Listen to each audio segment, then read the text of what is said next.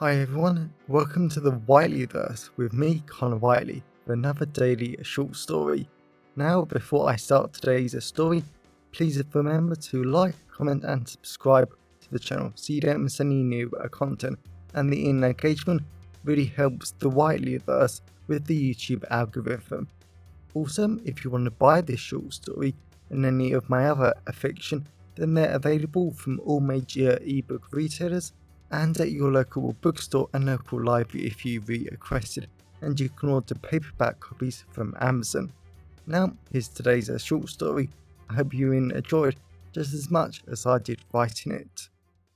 A strange way to go. Kendra O'Connor, retired detective, sat in her favorite spot at her favorite cafe in London.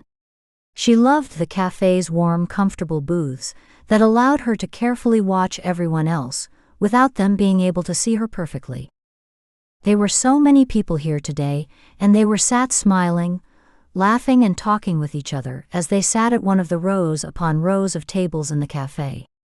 There was something rather wonderful about seeing so many happy people. Kendra supposed it reminded her that people could be happy, and people were kind. Since retiring a few months ago, she had found it hard to remember that, after decades in the Metropolitan Police solving London's weirdest, hardest, and just outrageous cases, Kendra had spent her days struggling to learn how to trust, learn and respect other people again. She wrapped her hands round her hot cup of black coffee and nursed it as if it was a precious glass of whiskey that she didn't want to finish. She had never liked those first few months where she could easily drink a bottle a night to stop the bodies of victims coming into her dreams, but she was recovering. Slowly but surely. Before a phone call from another retired cop last night, Kendra had just wanted to do some tourist things today. She had lived in London for decades and not even done the basic tourist attractions like Buckingham Palace, the London Eye, or even the British Museum. As the smell of her strong black coffee hit her in the face, Kendra didn't mind about the call phone, especially when retired detective Jeff Long had emailed her some old case files for her to look over. From what Kendra could remember about Jeff, he was some big shot now working as a lead detective on a cold case task force. Kendra didn't understand how it all worked because Jeff was still retired but still working cases. It made no sense to her, but Kendra be lying if she said she wasn't interested, so she wanted to meet him and look over this cold case with him.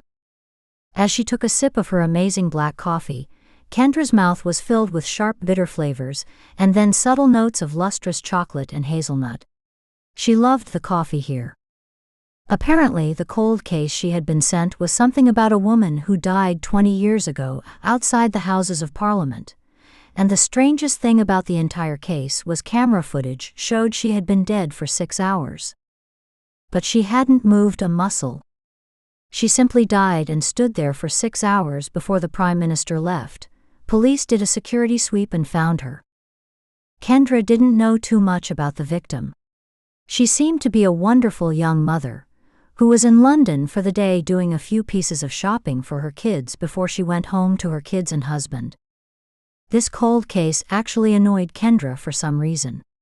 She never normally got annoyed, but it was outrageous that someone had killed such a good mother for no reason. There was even a funny comment from a family member saying the victim looked like a politician.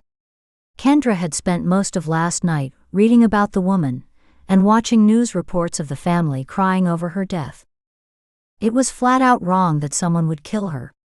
Kendra had to find out who did it. Two people, a man and a woman, sat down opposite Kendra, each wearing jeans, a shirt and black shoes. Kendra didn't know if they were meant to be smart casual or just dressed weird for this part of London. When she focused on them, Kendra recognized the man with short gray hair and clean-shaved face as Jeff Long. But the elderly lady who looked to be in her 70s, Kendra didn't recognize. "Jeff," Kendra said, shaking his hand. "Kendra O'Connor. This is retired officer Patricia Nelson," Jeff said. Kendra shook Patricia's hand.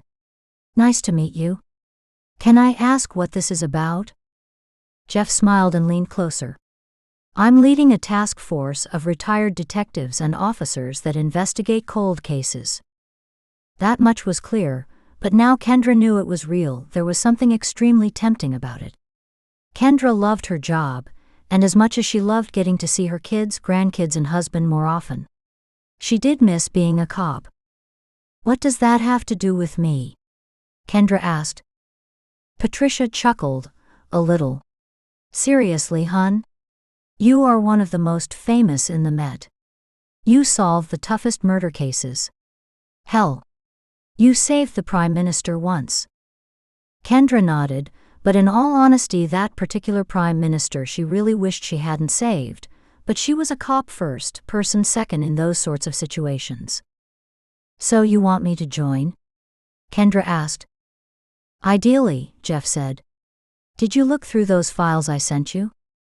As Kendra nodded, she watched Patricia take out a very expensive-looking and high-tech laptop that she remembered her grandkids looking at. She didn't expect a 70-something-year-old to have one. "Oh yeah, Patricia's our computer person on the team.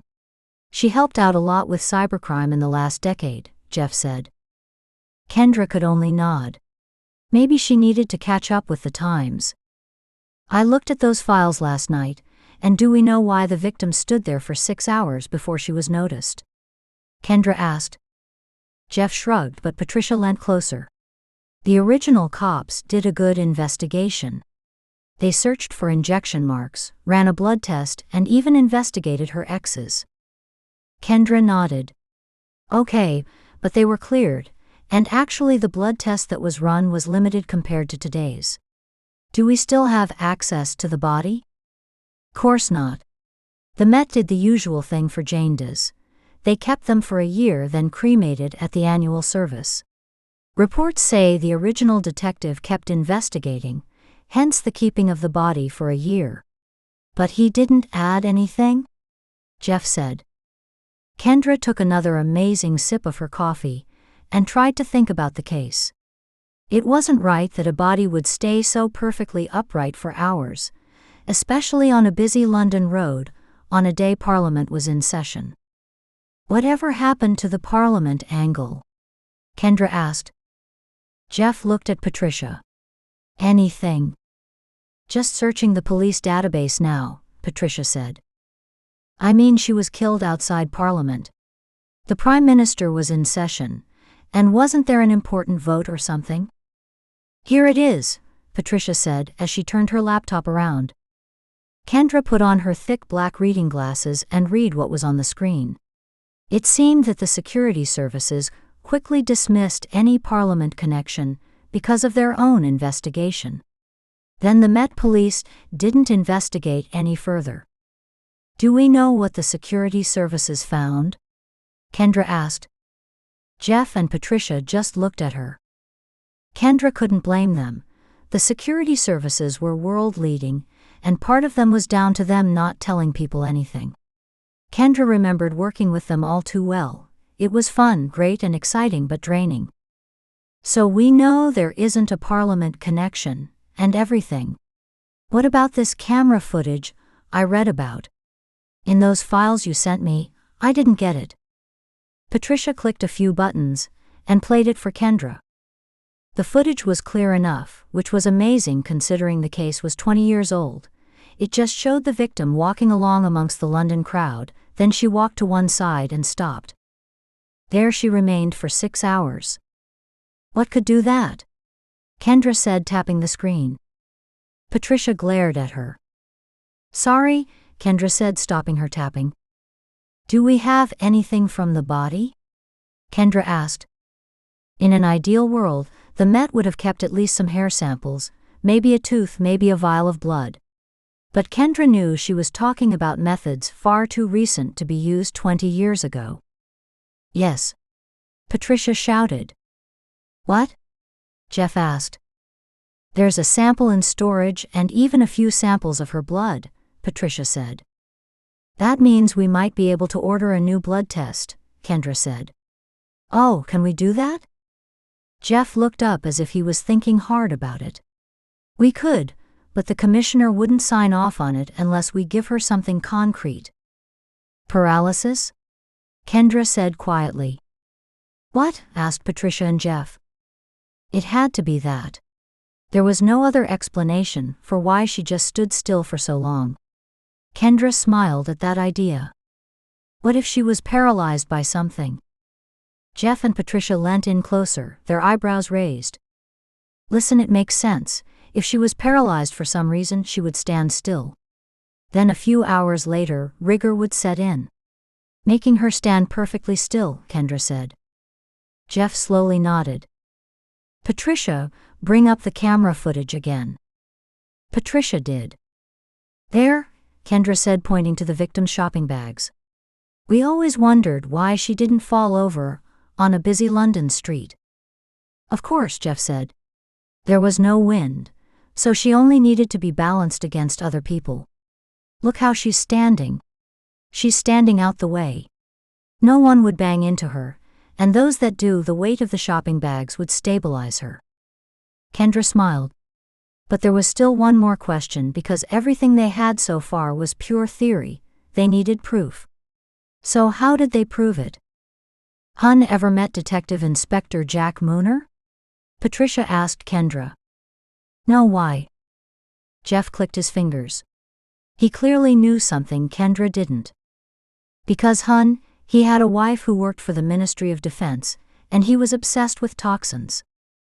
Kendra just nodded slowly. There was nothing she could say to that. And he would always tell me about his latest toxin discovery, including a Malaysian toxin that Russia was interested in apparently. It's made from a rare poisonous plant, I think. Kendra's eyes widened. Do you know the name? Can we test for it? Patricia nodded. Excellent, Kendra said. But then she caught something else on the camera footage as Patricia accidentally started playing it again. There was a large man in a large black poofy coat who accidentally knocked into the victim a few seconds before she died. He touches her. Then she dies. And in the original case file, one of the family members said she looked like a politician. Jeff and Patricia gasped. Get that test done now. We have just discovered a 20-year-old assassination plot, Kendra said. Jeff nodded, stood up and dialed the commissioner of the Met Police. Kendra smiled as the excitement and feeling of achievement washed over her, as she just solved a 20-year-old case with two amazing detectives. She loved that feeling and even hoped this wasn't her last case.